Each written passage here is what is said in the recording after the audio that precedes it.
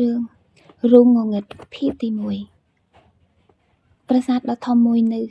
ចុងក្រាងជាប់ដងផ្លូវដែលអមដោយព្រៃក្រាស់ឃ្មឹកកុំថាឡើយនៅពេលល្ងាចព្រះសូរ្យាពន្លិចខ្លួនទៅនៅទិសខាងលិចសូម្បីតែពេលថ្ងៃភ្លឺច្បាស់ក៏គេកម្រឃើញមានមនុស្សម្នាមកកាន់ទីនេះដែរថ្ងៃអស់ស្ដងក៏ទៅហើយតែពន្លឺក្រហមស្រទន់ជាឥទ្ធិពលចុងក្រោយអាចជួយបំភ្លឺនៅបរិវេណខាងមុខប្រាសាទដែលមានទីធ្លាធំទូលាយហួសវែងអន្លាយទៅទល់នឹងព្រៃរហោស្ថានវាយកបោកបង្ខំឲ្យស្លឹកឈើរេរាំកញ្ជ្រោលក៏កាត់គ្នាចោលសំឡេងច្រាវប៉ុន្តែអណ្ដូងតូចដែលនៅជាប់នៅក្បែរប្រាសាទប្រាង្គប្រាសាទហាក់រក្សាបានភាពស្ងប់ស្ងៀមរបស់ខ្លួនជានិច្ចនេះប្រហែលមកពីវាត្រូវបានឡោមព័ទ្ធដោយស្មៅដែលដោះទ្រុបនោះទេដឹងគ្រប់យ៉ាងបង្ហាញថាអណ្ដូងនេះមិនត្រូវបានគេប្រើជាយូរមកហើយវាបានត្រូវគេបោះបង់ចោលវាត្រូវបានគេបំភ្លេចភូមិតូចមួយប្រកបខ្លួននៅជាប់ជើងភ្នំវានៅឆ្ងាយពីទីនេះគួរសមតាមទំនងគ្មានអ្នកភូមិណាមកកាន់ប្រាសាទចាស់នេះឬក្បែរនេះឡើយលើកលែងតែពេលនេះវងក្មេងប្រុសស្បែកខ្មៅអាយុប្រមាណពី7ទៅ8ឆ្នាំគេហាក់ភ្លេចខ្លួនសប្បាយរីករាយជាមួយកូនរបស់គេតាមពិតពីដំបូងឡើយគេដឹកគោមកឲ្យស៊ីស្មៅនៅវាលចិត្តនោះកូនមើលទៅក៏ដូចចូលចិត្តលេងជាមួយក្មេងប្រុសនេះដែរពេលដែលក្មេងប្រុសប្រឡែងលេងជាមួយគោនេះរត់ទៅលោតលេងដូចជាសត្វល្អិតអ្វីមួយបណ្ដាលឲ្យការកម្សាន្តរបស់ក្មេងជនបទឈានហួសព្រំដែននឹងឆ្លងហួសផុតពីការរំពឹងទុកគេប្រឡែងផងរត់ផងលោតលេងផងកូនគោបានជ្រុលខ្លួនចូលដល់បរិវេណប្រាសាទហើយពិតណាស់វែងក៏រត់មកតាមមិត្តរបស់គេដែរពីហណៈសំណប់ដែលគេមានភារកិច្ចការពារកូនលេងចិត្តនេះបានតែហាមទៅឆ្ងាយពិសេសប្រាសាទចាស់ក្បែរព្រៃនោះហាមទៅណាកូនវែងចូលដល់បរិវេណប្រាសាទជាមួយការរំលឹកមកវិញនៅសម្ដីចាស់ទុំហើយភាពភ័យខ្លាចបានចូលមកសន្ធិដ្ឋក្នុងអារម្មណ៍គេឯងកាវិនឈប់គេហៅគោមកវិញទាំងបើកភ្នែកមូលខ្លំពិតភ័យតែយឺតពេលហើយកូនគោមិនត្រឹមចូលក្នុងបរិវេណប្រាសាទទេប៉ុន្តែចូលចិត្តដល់អណ្ដូងចាស់ដែលនៅជិតប្រាសាទបង្កើយដោយឆ្លងកាត់ទីធ្លាខាងមុខប្រាសាទរួចជាស្ថាពរកាវិនកុំទៅទីនោះវែងស្រែកម្ដងទៀតកូនគោបានទៅរហូតដល់អណ្ដូងមិនរវល់ការដង្ហើយហៅទេហើយវាត្រេកត្រអាលឡើងលោតលេងនៅជុំវិញមាត់អណ្ដូងវែងបុកពោះនឹងស្នូគំរាមនេះស្លឹកឈើគំនួចវាយកនឹងភាពស្ងប់ស្ងាត់អាចកំបាំងជុំវិញនេះគេចាប់ផ្ដើមបារម្ភជាខ្លាំងពីកូនគោព្រោះគេធ្លាប់បានស្ដាប់នៅការនិទានគួរឲ្យខ្លាចជាច្រើនទាក់ទងនឹងអណ្ដូងនេះគេធ្លាប់ឮចាស់ៗថាបើសិនជាមានសត្វធ្លាក់ចូលអណ្ដូងនេះប្រកាសថាមិនដែលបានត្រឡប់មកវិញទេហើយអ្នកដែលតាមជួយយកសត្វមកវិញក៏មិនដែលបានត្រឡប់មកដូចគ្នានោះហើយអាចជាហេតុផលដែលគេហៅវាថារូងងងឹតវែងឈប់ត្រឹងពីចម្ងាយគេនឹកឃើញថាបើគេនៅតែបន្តហៅបន្តដេញចាប់កូនគោកាវិនប្រហែលចេះតែបន្តរត់រហូតធ្លាក់ក្នុងអណ្ដូងមិនខានគិតហើយវែងឈប់រត់ប៉ុន្តែកូនគោនៅតែមិនចុះមកវិញទេទាល់តម្រេះវែងក៏ចាប់ផ្ដើមដើរជុំវិញអណ្ដូងដែរ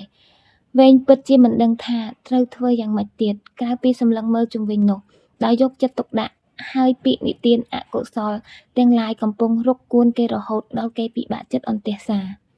គេខំសម្លឹងរំពីជុំវិញខ្លួនក្រែងឃើញមនុស្សចាស់ណាម្នាក់គ្រាន់នឹងសុំជំនួយជួយមកបង្ក្រាបសត្វចតុបាតរឹងក្បាលនេះក៏មិនឃើញអ្វីក្រៅពីរបងខ្ពស់គួរឲ្យព្រឺព្រួចនៃប្រាសាទនិងព្រៃឈើយ៉ាងក្រាស់នៅជុំវិញនោះរេរាំរារាំងផ្លូវវែងឈានចូលរកមាត់អណ្ដូងក្នុងដំណើរយឺតឯកូនគោនៅមាត់អណ្ដូងម្ខាងទៀតភ្លាមនោះគេឃើញថ្មមួយរមៀលតាមប្រឡោះជើងកូនគោហើយធ្លាក់ចូលក្នុងអណ្ដូងកាវិនវែងស្រែកម្ដងទៀតទោះបីថ្មធ្លាក់ចូលក្នុងអណ្ដូងតែមិនបានបន្លឺសំឡេងឡើងទេវែងមិនឈប់ទេគេកាន់តែភ័យក៏នៅមិនបោះបង់ចោលការចូលទៅគៀកមាត់អណ្ដូងដើម្បីបានសម្លឹងទៅខាងក្នុងនោះតាមទំហំចិត្តឆ្ងល់មាត់អណ្ដូងអាចមើលឃើញពីចម្ងាយប៉ុន្តែពេលចូលទៅដល់កាលណាមាត់អណ្ដូងក៏លែងមើលឃើញបាត់អណ្ដូងក៏មើលមិនឃើញអ្វីៗប្រែប្រួលទៅជាងងឹតស្លាប់អោរូងងងឹតវែងស្រែកតិចទាំងផិតភ័យថ្មមួយទៀតបានរមៀលធ្លាក់ចូលអណ្ដូងហើយលើកនេះកូនគោកាវិនដែលជន់ថ្មនោះក៏រអិលធ្លាក់ចូលអណ្ដូងដែរកាវិនវែងស្រែករន្ធត់ជាខ្លាំង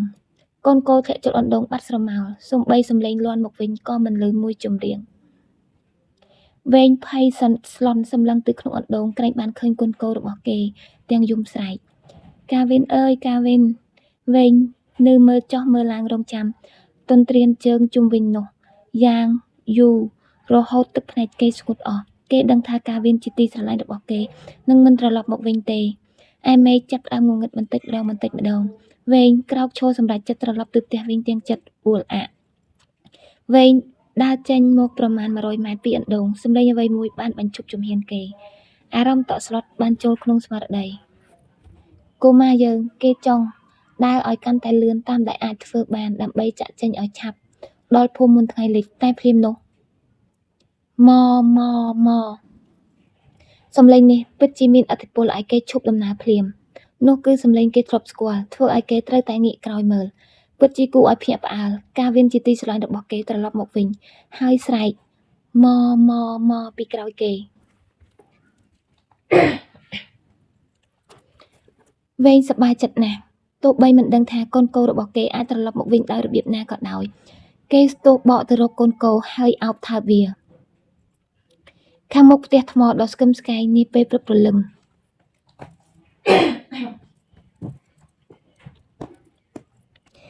មានអ្នករត់ត្រឹកអ្នកដើរអ្នកជិះកង់ហាក់ដូចកំពុងប្រណាំងគ្នាដែលអមមកជាមួយសំឡេងខ្យល់បក់ប៉ះនឹងស្លឹកឈើប្រសពជាមួយសំឡេងសត្វយំប្រៀបដូចដូរតន្ត្រីក្មេងលក់កាសែតជិះកង់សម្ដៅមកផ្ទះធំនោះហើយដល់មាត់ទ្វារកាលណាគេទាញកាសែតសោកចូលប្រឡោះទ្វារតាមទម្លាប់រួចរាល់គេបកចេញទៅវិញស្រាប់តែឡានមួយក៏មកដល់មាត់ទ្វាររបងចាខប់បុរសខ្ពស់សង្ហាមៀតមាំណែនណាន់ដោយសាច់ដុំនៅក្នុងវ័យ30ឆ្នាំឈានចុះពីឡានគេប្រឡែងលេងក្បាលក្មេងលក់កាសែតហើយក្មេងនោះក៏ញញឹមតបវិញមុនចាក់ចេញចាខប់ចូលមកដល់ខាងក្នុងផ្ទះដ៏ល្អប្រណិតគេឃើញស្រីស្អាត Stella កំពុងចុចទូរស័ព្ទដោយបង្ហាញពីទុកព្រួយពីក្រោយភាពស្រស់ស្អាតរបស់នាងនិស្សិតស្រីកំពុងសិក្សានៅមហាវិទ្យាល័យ Susan ក៏នៅឈរនៅពីក្រោយនាង Stella ដែរវិជ្ជបណ្ឌិត Franklin មែនទេ Stella សារសាប់តាមទូរស័ព្ទរបស់នាងខ្ញុំគឺ Stella Fernandez ភរិយារបស់លោក Gibson Fernandez កណ្ដឹងទ្វារក៏រឡើង Susan ក៏ដើរតម្រង់ទៅកាន់ទ្វារទុកឲ្យ Stella នៅបន្តនិយាយទូរស័ព្ទទេនេះគឺសំដៅលើការស្រាវជ្រាវដែលលោកកំពុងធ្វើពេល Susan បើកទ្វារនាងបើកភ្នែកធំដោយភាពភ្ញាក់ផ្អើលពេលឃើញ Jacob ឈរនៅចំពោះមុខនាងលោកថ្ងៃមុនខ្ញុំគឺមុតរបស់ Gibson តើភរិយាគាត់ Stella នៅក្នុងទេ Susan ងាកមកមើល Stella ហើយក៏ធ្វើសញ្ញាអនុញ្ញាតឲ្យ Jacob ចូលមកក្នុងតាមនាង Susan ដើរទៅឈរពីក្រោយ Stella ពេលដែលអ្នកស្រីដ៏ស្អាតនេះងើបមុខទាំងដៃកាន់ទូរស័ព្ទហើយមើលមកភ្ញៀវអូខេប៉ុណ្ណឹងចោះចាំខ្ញុំខលទៅម្ដងទៀត Stella និយាយទូរស័ព្ទហើយងើបមុខមកមើល Jacob បណ្ដើរសំទោសលោកថាជាមិត្តរបស់ប្តីខ្ញុំនាងសួរទាំងរួសរាយក្រោយពីដាក់ទូរស័ព្ទរួចបាទអញ្ជើញលោកអង្គុយ Stella និយាយរួចដាក់ទូរស័ព្ទចុះអរគុណ Stella ខ្ញុំគឺ Jacob មិត្តរបស់ Gibson សួស្តីធ្លាប់លើប្តីខ្ញុំរំលឹកពីលោកដែរនាងក្រឡេកទៅកាន់ត្បូងដែលចងនៅនឹងខ្សែកដៃរបស់ Jacob បានធ្វើឲ្យ Stella ចាប់អារម្មណ៍ហើយសម្លឹងដោយក្តីស្រឡាញ់តាមពិតខ្ញុំមានការសំខាន់ចង់និយាយឮគេនិយាយយ៉ាងនេះ Stella ធ្វើមុខហាក់ចង់ដឹង Susan នៅទីនោះនៅឡើយដូច្នេះបុរសជាភ្ញៀវបង្ហាញអារម្មណ៍តាមរយៈការសម្លឹងទៅក្មេងស្រីនោះដោយមិនស្រណុកក្នុងចិត្ត Stella យកចិត្ត Jacob នាងក៏ងើបមុខងក់ក្បាល Susan ចាក់ចេញភ្លាម Jacob សម្លឹងត្រង់ទៅកៅភ្នែក Stella ដែលភ្លឺស្រទន់ហើយនិយាយបន្ថែមខ្ញុំចង់នាំអ្នកស្រីទៅកន្លែងមួយទៅណានាងសួរដោយស្ទាក់ស្ទើរ Jacob ក្រោកឈរក្រឡេកទៅរូបថត Stella និងប្តីរបស់នាងថតយ៉ាងផ្អែមស្អិតល្មួតជាមួយគ្នាដែលដាក់តាំងនៅលើតុ Stella ក៏សម្លឹងទៅទីនោះដែរ Jacob និយាយដោយទឹកមុខស្មើ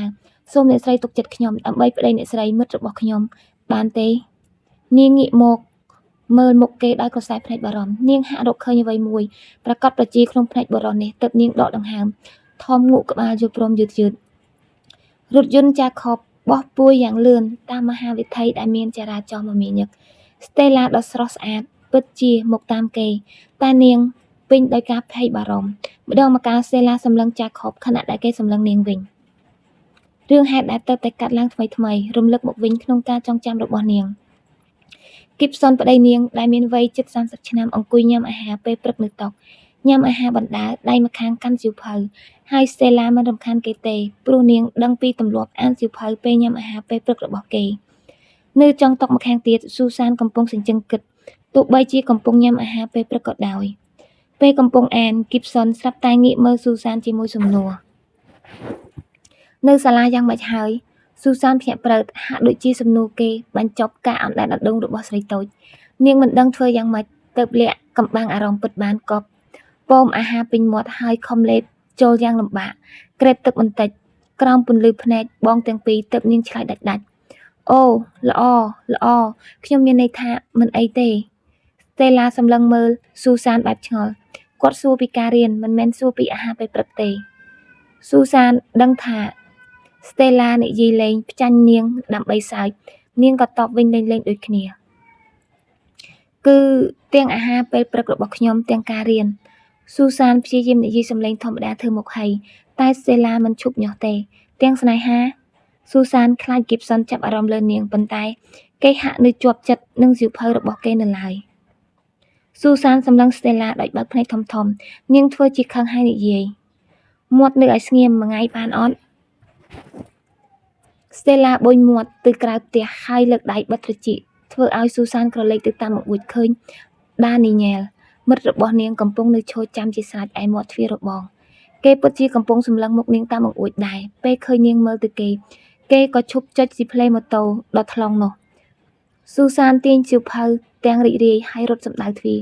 បាយ Stella បាយបងប្រុស Gibson សម្លឹងទៅប្អូនស្រីគេដកដង្ហើមធំហើយនិយាយដោយផ្ដោតភ្នែកទៅរក Daniel បាយ Honey ថែខ្លួន Stella ជាបងថ្លៃនិយាយហើយញញឹមដាក់នាង Susan មកដល់ម៉ូតូក៏ឈប់ជើងហើយបែរមុខញញឹមស្រស់ដាក់ Stella ទឹកមុខនាងតូចដូចជាចង់ប្រាប់ថាខ្ញុំនឹងវាយបងឯងនៅពេលក្រោយ Stella ញញឹមក្រមិចក្រមើមហើយ Susan សម្លក់នាងចេញដំណើរទៅ Daniel ជាមិត្តប្រុសវ័យ22ឆ្នាំរបស់នាងតូចនេះគេជាបុរសទាន់សម័យតែងតែមករងចាំដឹក Susan នៅលើម៉ូតូដែលបញ្ឆេះបង្ហុយផ្សែងរងចាំនាងពេលដែលនាងមកជិត Daniel ទាញមួកសុវត្ថិភាពពាក់ដំឡើងហ្គេតែជន់ហ្វ្រាំងពេលដែល Susan អង្គុយមិនទាន់ហើយស្រួលបួលផង Daniel បន្ធូរហ្វ្រាំងឈប់បងឈួតទេអីឲ្យខ្ញុំអង្គុយស្រួលបួលសិន Susan កំហកខ្នក់ខ្នាញ់Daniel សម្លឹងមុខស្រីតូចនៅក្រោយខ្នងហើយបញ្ឈប់ម៉ូតូភ្លាមក្នុងចេតនាឲ្យ Susan រអិលមកផ្ទប់នឹងខ្នងគេអូបងសុំទោសមនុស្សចង្រៃខ្ញុំមិនដឹងថាខ្ញុំមកលងស្នេហ៍នឹងបងឯងដោយរបៀបណាទេនេះបងសុំទោស Susan អង្គុយស្រួលបួលពេលដែល Daniel រងចាំសញ្ញារបស់នាងទីបំផុតនាងកាន់ស្មាគេទាំងសងហើយនិយាយលោក Daniel Cantor បាទយើងទៅបានហើយចេញដំណើរបាទទៀនថ្ងៃដដែលនៅ Gibson ក៏ស្ពាយកតាបត្រៀមចេញទៅធ្វើការគេឈប់នៅទ្វារមុខហើយងាកមកក្រោយដូចទម្លាប់រាល់ថ្ងៃដែល Stella តែងតែដើរមកពីផ្ទះបាយរកគេហើយរឹតក្រវ៉ាត់កឲ្យគេគូស្រករទាំងទ្វេតែងសម្លឹងភ្នែកគ្នាក្នុងកិច្ចសន្យាស្នេហាសម្ងាត់កុំចាំអាហារថ្ងៃត្រង់បងអីបងមិនច្បាស់ថាហើយការងារម៉ោងប៉ុន្មានទេ Gibson និយាយហើយថាប្រពន្ធមួយមុនរលះរលាំងចេញទៅ Stella ញញឹមបកចូលមកក្នុងវិញតែបន្ទាប់មកនាងដឹងថាប្តីនាងភ្លេចសៀវភៅសំណប់របស់នាយនៅលើតុអាហារនាងយកសៀវភៅនោះផ្លែតហើយរត់ទៅបើកទ្វារចេញសម្ដៅទៅ Gibson ដៃតូចច្រឡងរបស់ភរិយាស្រស់ផូរផង់លាក់សៀវភៅនៅពីក្រោយខ្នងបងមានភ្លេចអីទេ Gibson ឈប់ហើយងាកមកដោយអារម្មណ៍រកនឹកតែនឹកមិនឃើញពេលនាងបង្ហាញសៀវភៅគេអេះក្បាលហើយរអ៊ូពីការភ្លេចភ្លាំងរបស់ខ្លួនខ្យល់បក់មកធ្វើឲ្យសៀវភៅរបើកមកចំទំព័ររូបអណ្ដូងដែលមានគូហ្វឺតខ្មៅចំណាំ Stella ហាក់ចាប់អារម្មណ៍នឹងស្នាមគូសទាំងនោះនាងសួរភ្លាមដោយផ្ដោតភ្នែកមើលនេះជាអ្វីនាងសួរ Gibson រក្សារបៀបធម្មតាគ្មានអីសំខាន់ទេ Stella នៅតាក់ទិនគេមិនអាចបន្លប់នាងឡើយព្រោះនាងដឹងថាបើមិនសំខាន់មិនប្តីរបស់នាងគូសចំណាំចំណែក Gibson ក៏ដឹងដែរថានាងកំពុងគិតអ្វីអូនឲ្យសៀវភៅបងមកយឺតម៉ោងធ្វើការហើយ Gibson ខំបង្ហាញស្នាមញញឹមតែ Stella ដឹងថាខ្លាំងខ្លាយនាងនិយាយដោយបារម្ភរហូតដល់ Gibson បើកឡានចេញទៅផុត Stella នៅតែងឿងឆ្ងល់ពីរូបភាពនិងគំនូរចំណាំនៅក្នុងសៀវភៅដែលនាងប្រទះឃើញដោយចៃដន្យ នាងធ្លាប់ដឹងពីអណ្ដូងងងឹតនោះទេ Stella សំណួររបស់ចាស់ស្កូបដាស់នាងចេញពីការរិះគិតអតីតកាលរលត់ទៅនាងដឹងថាខ្លួនកំពុងអង្គុយជិតចាស់ស្កូបទៅជាការពិតត្បូងដែលចងនឹងកដៃរបស់ចាស់ស្កូបធ្វើឲ្យនាងចាប់អារម្មណ៍ម្ដងទៀតដោយសម្លឹងវាភ្លេចឆ្លើយនឹងសំណួររបស់គេទំហំនិងពន្លឺរបស់ត្បូងនេះត្រចេះពេកហើយនាងគិតទាំងតាក់ចិត្តជាខ្លាំងចាស់ស្កូបត្បូងនេះស្អាតណាស់លោកទិញមកពីណា Stella ទ្រាំមិនសួរមិនបានអូអ្នកស្រីទំនងស្រឡាញ់ត្បូងណាស់គេនិយាយហើយសម្លឹងផ្លូវវិញរួចទៅបន្ត Gibson ឲ្យខ្ញុំ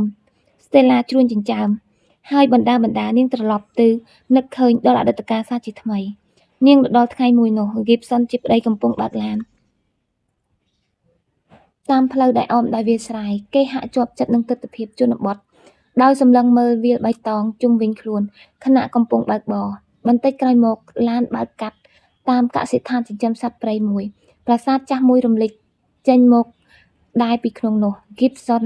មិនដឹងគិតយ៉ាងណាទេតាមពិតគេទើហួសហើយតែគេសម្រេចចិត្តថយឡានមកវិញហើយចតឡាននៅផ្លូវម្ខាងគេចុះពីឡានសម្លឹងមើលប្រាសាទជាមួយភាពជក់ចិត្តនិងភាពភ្ញាក់ផ្អើលគេមិននិយាយពីអ្វីដែលកំពុងតែមានឥទ្ធិពលលើចិត្តរបស់គេទេ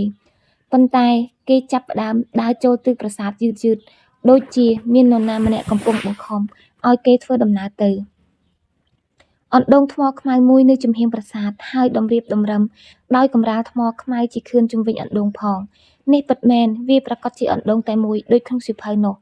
គេគិតដោយការចង់ដឹងពេញព្រៀបលើផ្ទៃមុខគេក៏ដើរសំដៅទៅអណ្ដូងស្មៅដោះស៊ុបទ្រុបតែគេមិនខ្វល់ឡើយគេឈរនៅមាត់អណ្ដូងនិងអង្អែលវាគេគិតពិនិត្យហើយនៅស្ងប់ស្ងៀមដោយអត់ធ្មត់មិនយូរប៉ុន្មានគេស្រាប់តែសកម្មឡើងវិញហើយយ៉ាងរហ័សគេរើសថ្មមួយដុំហើយគប់ទម្លាក់ចូលទៅប៉ុន្តែគ្មានសម្លេងលាន់មកទេ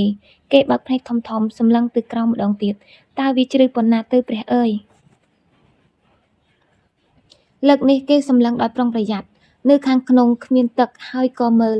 បាតមិនឃើញដែរគឺងងឹតរកគ្មានទីបញ្ចប់គេដកភ្នែកចេញមកវិញដោយទឹកមុខស្មុគស្មាញមុនពេលត្រឡប់មកឡានវិញហើយឈរនៅក្បែរឡានគិតពិចារណាក្នុងចិត្ត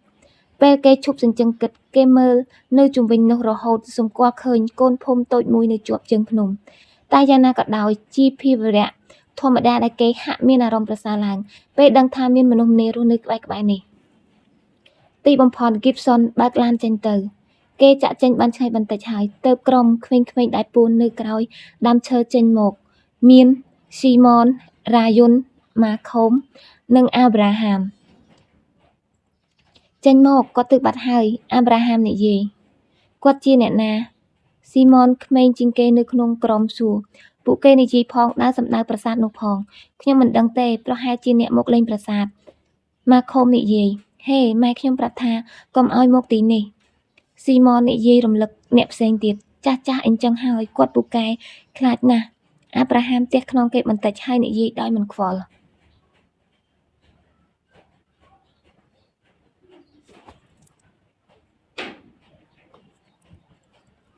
តែខ្ញុំឮថាមានខ្មោចនៅក្នុងរូងងងឹត Ryan និយាយ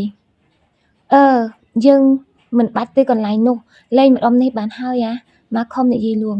រូងងងឹត Simon សួរម្ដងទៀតឯងមិនដឹងទេគេហៅអណ្ដូងនោះថារូងងងឹត Malcolm និយាយដោយភ្ញាក់ផ្អើលហេតុអី Simon សួរបន្តក្មេងដែលមានអាយុច្រើនជាងគេ Abraham ទះគូតគេមួយដៃហើយនិយាយទាំងញញឹមថាដោយសាររូងផ្សេងទៀតមិនងងឹតក្មេងៗចាប់ផ្ដើមលេងកូនបាល់នៅបរិវេណមុខប្រាសាទ Abraham ទឹកនៅកាន់បាល់គេសម្លឹងរកអ្នកដែលនៅជិតគេបំផុតពេលនោះរាយុននៅជិតជាងគេ Abraham ដេញតាមហើយគប់គេពេញទំហឹងបាល់ត្រូវក្នុងរាយុនគឺត្រូវចំកណ្ដាលខ្នងតែម្ដងបាល់ធ្លាក់ហើយលោតចុះលោតឡើងមកខំរត់ទៅចាប់បាល់គេសម្លឹងរកអ្នកដែលនៅជិតបំផុតក្មេងៗដែលនៅជិតនាំគ្នារត់គេចចេញមកខំនៅជិត Abraham ជាងគេគប់ពេញមួយទំហឹងប៉ុន្តែ Abraham ឆ្លាតបានក្រាបចុះធ្វើឲ្យការគប់ខុសបាល់បានមកជិត Simon គេរត់តាមបាល់លើកនេះបាល់លឿនដោយសារការគប់ខុសបាល់រត់ទៅដល់ខឿនអណ្ដូងនិងលោតសម្ដៅទៅក្នុងអណ្ដូងពេលនេះក្មេងៗក៏រត់តាមបាល់ក៏ទៅដល់អណ្ដូងដោយមិនដឹងខ្លួនដែរ Simon រអិលហើយធ្លាក់ចុះទៅក្នុងអណ្ដូងនៅចំពោះមុខ មិត្តភ័ក្តិរបស់គេធ្វើឲ្យសម្រេចរន្ធត់របស់អ្នកដែលនៅសល់លាន់ឡើងរំពងព្រៃមិនយូរប៉ុន្មានឪពុកម្ដាយរបស់ស៊ីម៉ននិងអ្នកផ្សេងទៀតលើកគ្នាមកដល់ពីមុខប្រាសាទជិតអណ្ដូងទាំងច្រាស់ច្រាលឪពុកស៊ីម៉ននិងមនុស្សពីរនាក់ទៀតដែលមានខ្សែពួរនៅក្នុងដៃបានចាត់ការទម្លាក់ខ្សែនោះចូលក្នុងអណ្ដូងដើម្បីចោះទៅរកក្មេងបាត់ខ្លួនភ្លាមនោះអ្នកភូមិវ័យចំណាស់ស្រមោមប្រមឹកម្នាក់ចេញមកស្រែកខាត់ខាំងទាំងស្លេកស្លាំងកុំធ្វើរឿងឈួតនេះឲ្យសោះអ្នកណាក៏ដោយឲ្យតែចោះទៅក្នុងអណ្ដូងមិនដែលបានឡើងមកវិញទេគ្រប់គ្នាសម្លឹងមកការប្រមាននោះហាក់តក់ស្លុតតែការតក់ស្លុតមិនអាចវាស់វែងស្មើនឹងការស្រឡាញ់របស់ឪពុកចំពោះកូនឡើយឪពុករបស់ស៊ីម៉នសម្លឹងទៅគ្រប់គ្នាដោយក្រៀមស្រពោនគាត់មិនខ្វល់តបតអ្វីច្រើនតែភ្នែកគាត់បញ្ជាក់នៅការតាំងចិត្តស្រេចថានឹងមិនវិលទៅផ្ទះដោយគ្មានស៊ីម៉នឡើយទោះគេស្លាប់ក៏ដោយរស់ក៏ដោយគាត់បន្តទម្លាក់ខ្សែចូលទៅក្នុងអណ្ដូងដោយសារគ្មានអ្នកណាអើពើនឹងពាក្យព្រមានរបស់គាត់បុរសចំណាស់ស្រមុំក៏បានចាក់ចេញទៅពួកគេទម្លាក់ខ្សែចូលហើយឪពុកស៊ីម៉នក៏តោងខ្សែចុះទៅការងារបន្ទាប់គឺមនុស្សគ្រប់គ្នាដែលឈរនៅខាងក្រៅអណ្ដូងកាន់ចុងខ្សែម្ខាងទៀតយ៉ាងជាប់ពួកគេប្រឹងដោយព្រមកម្លាំងគ្នាទម្លាក់យឺតៗឲ្យគាត់ចុះទៅរកកូនប្រុសខ្សែទី1ទម្លាក់ទៅអស់ដូច្នេះពួកគេតខ្សែទី2ហើយចាប់ផ្ដើមទម្លាក់ទៀតអ្នកភូមិទម្លាក់យឺតៗរហូតអស់ខ្សែទី2ទៀតហើយតដល់ខ្សែទី3ទី4ទី5ពេលនេះពួកគេអស់ខ្សែនឹងតទៀតហើយមិនដឹងហេតុអ្វីក្នុងពេលគ្រប់គ្នាកំពុងស្រងាក់ចិត្តខ្សែคล้ายជាតឹងងាងហើយដាច់ភឹងរុញអ្នកកាន់ខ្សែភ្លាត់ចំហដួលផ្កាក្រោយពួកគេជំនះការឈឺចង្កេះដោយស្ទុះក្រោកឡើងហើយសម្លឹងគ្នាដោយភាពភ័យខ្លាចតាមក្រសែភ្នែកយ៉ាងម៉េចហើយដាច់ខ្សែមែនទេហេឪពុកស៊ីម៉នឯងស្ដាប់ឮពួកយើងទេឯងយ៉ាងម៉េចហើយពួកគេអង្រួនខ្សែតែគ្មានសញ្ញាឆ្លើយតបសូម្បីមួយជំរាកសង្ឃឹមបន្តិចម្ដងមនុស្សកាន់តែចូលមកចំរោមជុំវិញអណ្ដូងគេបន្តអង្រួនខ្សែដោយនៅសង្ឃឹមថានឹងរកបានការឆ្លើយតបពីក្នុងអណ្ដូងមកវិញងងឹតស្លប់ស្ងាត់សូន្យគ្មានសញ្ញាដ៏តិចតួចណាមួយចេញមកពីក្នុងអណ្ដូងទេពួកគេនៅជាប់គាំងនិងចំណោទថាមិនដឹងត្រូវធ្វើយ៉ាងម៉េចបន្តទៀតម្ដាយរបស់ស៊ីម៉នស្រែកយំស្ទើរបាត់ស្មារតីទោះបីជាស្ត្រីនៅទីនោះមកជួយលួងលោមគាត់យ៉ាងណាក៏ដោយសារការបាត់បង់ស៊ីម៉ននិងឪពុករបស់គេបរិយាកាសនៅជុំវិញអណ្ដូងពិតជាក្រៀមក្រំណាស់ពួកគេមិនទទួលបានសពហើយក៏គ្មានសង្ឃឹមទទួលបានអ្នកទាំងពីរមកវិញដែររាត្រីមកដល់ពួកគេត្រូវបង្ខំចិត្តវិលមកភូមិជានិមិត្តរូបនៃសពរបស់ស៊ីម៉ននិងឪពុករបស់គេអ្នកភូមិបានរកដុំថ្មពីរដុំហើយឧបកិច្ចនៅមុខផ្ទះស៊ីម៉នអ្នកភូមិមករោមមើលថ្មពីរដុំដែលរុំដោយកំណាត់សនោះថ្មខ្លីតំណាងឲ្យស៊ីម៉នត្រូវបានដាក់ជិតថ្មវែងដែលតំណាងឲ្យឪពុករបស់គេ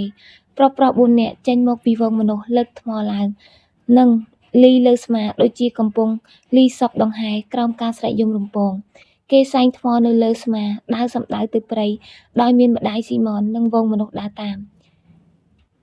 យប់ស្ងាត់ឈឹងឮតែសំឡេងចង្រិតយំ Gibson ប្តីរបស់ Stella បង្ហាញខ្លួននៅទីរហោស្ថាននោះគេប្រហែលមិនអាចហាមខ្លួនឯងបានទៅភ្លេចមុខមកវិញជាមួយពិលមួយគេបញ្ចាំងពិលនៅលើមាត់អណ្ដូងបន្ទាប់មកក៏ដើរយឺតៗសំដៅទៅមិនដឹងយ៉ាងម៉េចភ្លាមនោះ Gibson ថយក្រោយពីជំហានហើយមើលទៅបរិយាកាសពីមុខខ្លួនដោយប្រុងប្រយ័ត្នតាមភ្លើងពិលជញ្ជាំងដ៏ចាស់បុរាណនៃប្រាង្គប្រាសាទព្រមទាំងភាពកាចខូខើនៃរូបភាពព្រៃឈើក្រាស់ជុំវិញនោះមើលទៅគួរឲ្យខ្លាចខកដាច់ពីពេលថ្ងៃសំឡេងឆ្កែលូពីចម្ងាយធ្វើឲ្យគេចាប់ផ្ដើមព្រឺក្បាលនៅជំហានអណ្ដូងគឺប្រាសាទ Gibson ជំនះចិត្តដោយការចង់ដឹងហើយដើរសន្សំសំដៅទៅគេដើរចូលក្នុងប្រាសាទដោយយឺតនិងរំពៃប្រុងប្រយ័ត្នអ្វីម្យ៉ាងខ្មៅងងឹតហាក់មកបំរុងនឹងវាយប្រហារគេត្រូវរហ័សគេចថយក្រោយហើយដួលអកូតដោយតក់ស្លុតវាគឺវងប្រជៀវគេក្រាបនៅលើដីហើយបិទពិលឲ្យអ្វីកប់ទៅក្នុងភាពងងឹតតែប្រជៀវនៅមានមាសក្រឡឹងលើក្បាលរងចាំចឹកស៊ីគេទ្រាំដកដង្ហើមខ្សោយបំផុតយូក្រែងលោទម្រាំពួកវាអស់ការអត់ធ្មត់ហើយហើរចាក់ចេញទៅ Gibson ដកដង្ហើមវែងដោយធូរចិត្តគេចុចពិលបើកបាញ់ឆ្ពោះទៅមុខគំនូររបស់ Leonardo da Vinci នៅលើជញ្ជាំងគេក្រោកដើរទៅក្បែរហើយអង្អែលប៉ះរូបគំនូរដោយចេតនាជាការបង្ហាញទឹកចិត្តស្រឡាញ់និងគោរពស្នាដៃសិល្បៈរបស់ Leonardo da Vinci តែមិនដឹងអ្វីមួយធ្វើឲ្យ Gibson មានអារម្មណ៍ថាហាក់មានមនុស្សមានជីវិតនៅខាងក្រៅប្រាសាទគេរេភ្នែកដោយឆ្លៀសវៃហើយប្រញាប់បិទពិលសំងំចាំស្ដាប់សកម្មភាពនៅខាងក្រៅប៉ុន្តែពេលគេឈប់សកម្មភាពនៅខាងក្រៅក៏ឈប់ដែរទោះយ៉ាងណាបន្តិចមកក្រោយការអត់ធ្មត់គេហាក់ឃើញស្រមោលមនុស្សគួរឲ្យខ្លាចណាម្នាក់កំពុងយួរចង្គៀងនរណាទៅនៅទីនេះម៉ោងថ្មនេះ Gibson លាក់ខ្លួននៅក្រៅជញ្ជាំងនៅពេលស្រមោលនោះហាក់បានសម្ដៅមករកគេលោបចាប់កំណាត់ឈើដែលនៅជាន់ប៉ះនឹងជើងមកក្តាប់យ៉ាងណែនពេលដែលស្រមោលមកកាន់តែជិតគេចាប់ផ្ដើមវាយការពារជាមុនស្រមោលនោះដួលហើយស្រែកឡើងយ៉ាងឈឺចាប់តែគេចាប់អារម្មណ៍ថាជាសម្លេងធ្លាប់ស្គាល់ក៏ប្រញាប់បើកពិលមើលតាមពិតគេគឺអ្នកភូមិឈ្មោះព្រានវ័យប្រហែល35ឆ្នាំសម្បុរខ្មៅមៀតមួមធំពួកគេធ្លាប់ជួបគ្នាម្ដងនៅក្នុងភូមិលោកខ្ញុំគឺព្រានខ្ញុំមកដើម្បីជួយលោកព្រះអើយ Gibson ស្រែកទាំងខឹងព្រានក្រោកឡើងដោយខ្ទប់ក្បាល Gibson ចូលទៅមើលរបួសក្បាលរបស់គេហើយប្រើថ្នាំផ្ទាល់ខ្លួនមកលាបឲ្យគេសំទោសខ្ញុំភ័យពេកខ្ញុំមានរបស់ត្រូវបង្ហាញលោកគេតបវិញស្រាលដែលបង្ហាញថាព្រានទំនងជាលែងអីហើយពេលនេះរបស់អី Gibson សួរព្រានយកកូនបាល់ពីក្នុងហោប៉ៅមកបង្ហាញនេះជាអ្វី Gibson សួរគឺកូនបាល់ដែលបានធ្លាក់ចូលក្នុងរូងងងឹត Gibson ទទួលយកកូនបាល់មកពិនិត្យដោយភ្ញាក់ផ្អើលគេសួរភ្លាមហើយបានវាមកពីណាកូនប្រុសខ្ញុំគេរើសវាបានគេសម្លឹងមើលកូនបាល់យឺតរូបសត្វចម្លែកអ្វីម្យ៉ាងបង្ហាញខ្លួននៅលើបាល់នោះច្បាស់ក្រឡៅ